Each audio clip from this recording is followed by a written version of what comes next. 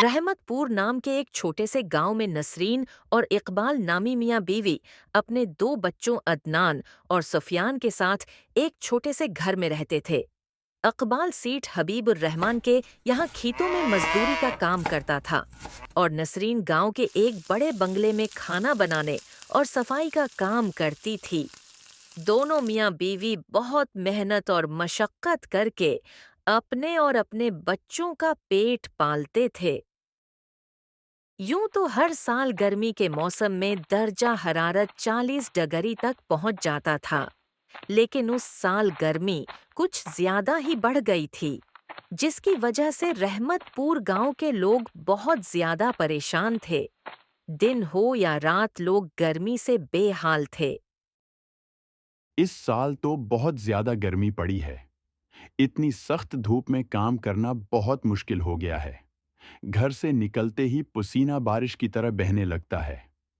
इतनी शदीद गर्मी में तो काम पर जाने का भी दिल नहीं करता। न जाने इस साल की गर्मी कैसे गुजरेगी। बिल्कुल ठीक कह रहे हो आप, लेकिन क्या कर सकते हैं, काम तो करना ही पड़ेगा। अच्छा चलो मैं काम पर जाता हूँ, वरना सेठ नाराज हो जाएंगे। इकबाल मजदूरी पर चला जाता है। अदनान और सफियान एक सरकारी स्कूल में पढ़ते थे। नसरीन दोनों बच्चों को स्कूल छोड़कर काम पर चली जाती है।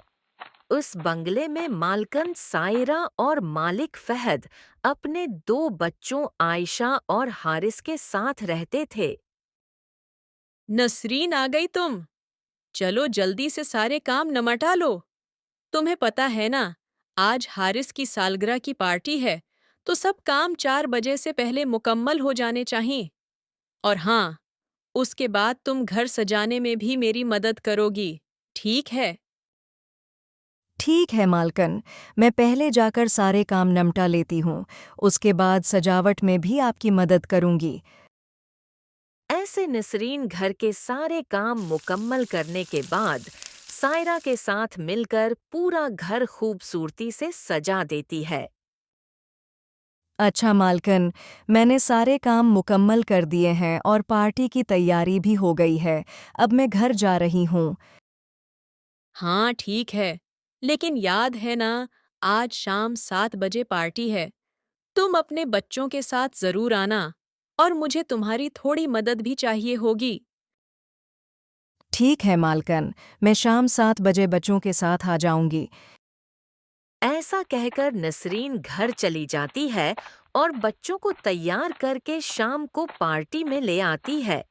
पार्टी बहुत शानदार होती है।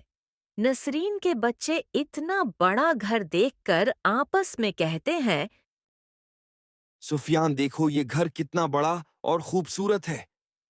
बाहर कितनी गर्मी है, लेकिन अंदर कितना ठंडा है। इनकी बातें हारिस सुन लेता है और कहता है, ये घर ठंडा इसलिए है क्योंकि हमारे घर के हर कमरे में एसी लगा हुआ है। ओह, यानी एसी से घर ठंडा हो जाता है। भैया हम भी अबू से कहेंगे कि हमारे घर में एसी लगवा दें। चलो बच्चों, इधर आओ, केक काटने का वक्त हो गया है।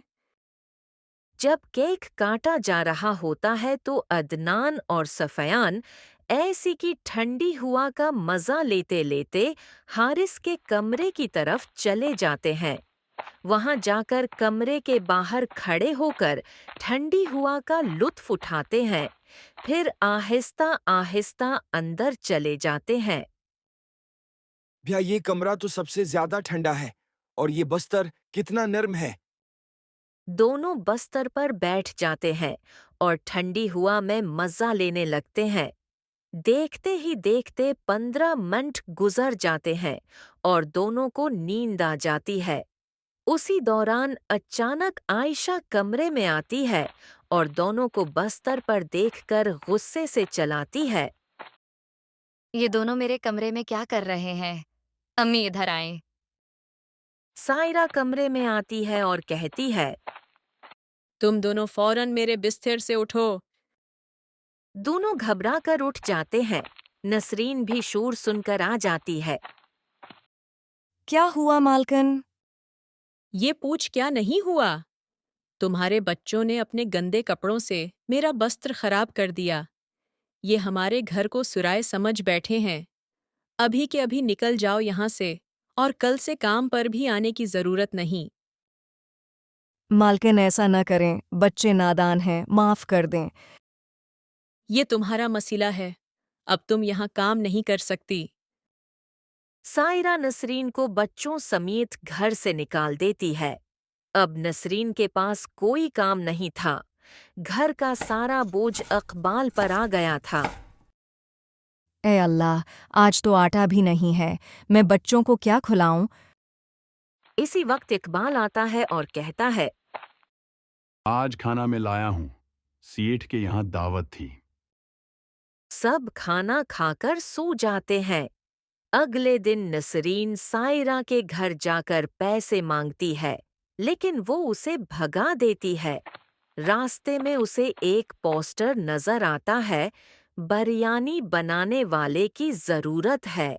नसरीन वहां जाती है और कहती है, मुझे बिरयानी बनाना आता है। तुम आज से काम शुरू कर सकती हो। यूं नसरीन काम पर लग जाती है। उसकी बनाई हुई बिरयानी बहुत पसंद की जाती है।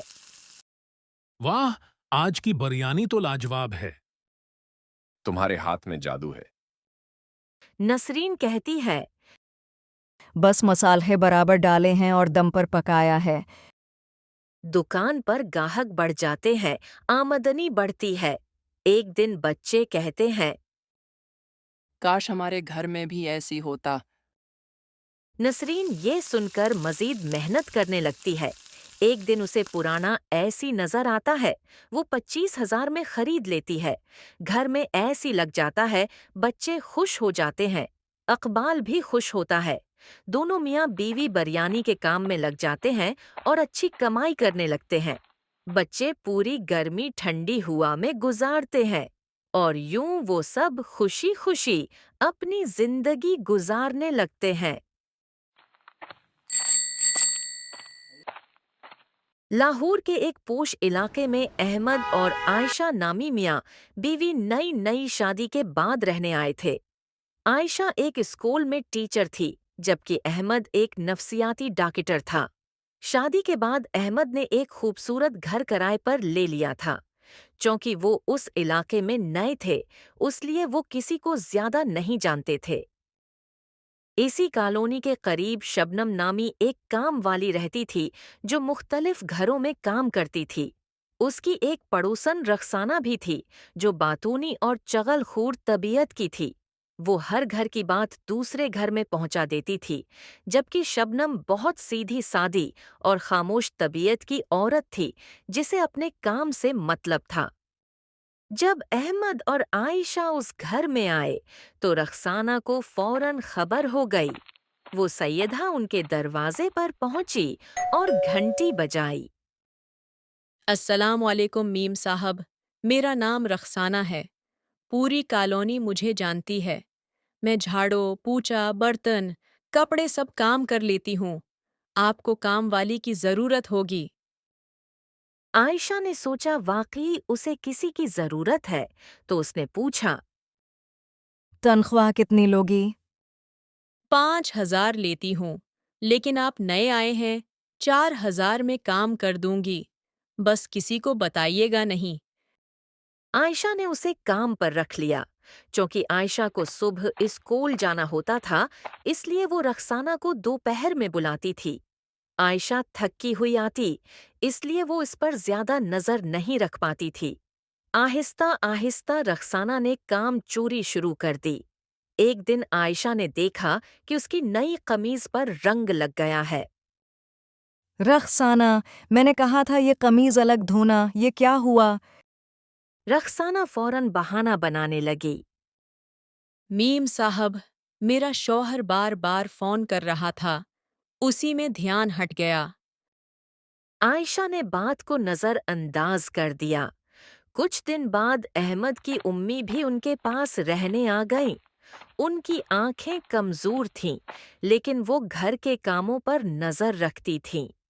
रक्साना अब पहले से भी ज्यादा लापरवाह हो गई थी। बाथरूम भी ठीक से साफ नहीं होता था। एक दिन अहमद ने कहा, आयशा, कल मेरे कुछ कोलीग लॉन्च पर आ रहे हैं। तुम तैयारी कर लेना और रक्साना को जल्दी बुला लेना। रक्साना ने ये बात सुन ली और काम से बचने की तरकीब सोचने लगी। अगले दिन वो आई ही नहीं। फ़ोन किया तो उसके शवहर ने कहा, उसकी तबीयत खराब है, आज नहीं आ सकती। इसी दौरान आयशा बाहर दूध लेने निकली तो उसने शबनम को देखा। क्या तुम यहाँ काम करती हो? आज मेरी मदद कर सकती हो? शबनम ने नरमी से कहा। जी मीम साहब, मैं आ जाती हूँ। शबनम ने आकर सारा काम बहुत अच्छे तरीके से कर दिया। आयशा बहुत खुश हुई और उसे अगले दिन भी आने को कहा। जब आयशा बाजार गई तो उसने देखा कि रक्साना बिल्कुल ठीक अपने शवहर के साथ समोसे खा रही थी। ये देखकर आयशा को बहुत गुस्सा आया, मगर वो खामोशी से वापस आ गई। अगले दिन आयशा ने शबनम से कहा, मैंने फैसला किया है, अब तुम ही काम करोगी। मैं रक्साना को निकाल रही हूँ। नहीं मीम साहब, वो गरीब है। इसके 4 बच्चे हैं। वो गलत है, मगर उसे एक मौके दें। ये सब बातें दरवाजे पर खड़ी रक्साना सुन रही थी। उसकी आंखों में आंसू आ गए। वो अंदर आई और बोली, मीम साहब, मुझे माफ कर दें। मैं आइंदा ईमानदारी से काम करूंगी। आयशा ने उसे मुआफ कर दिया। रक्साना ने शबनम से भी मुआफी मांगी। मैं तुमसे जलती थी, लेकिन तुमने मेरा भला चाहा। इस दिन के बाद रक्साना बदल गई। वो ईमानदारी से काम करने लगी और आहिस्ता आहिस्ता उसे दूसरे घरों में भी काम मिलने लगा।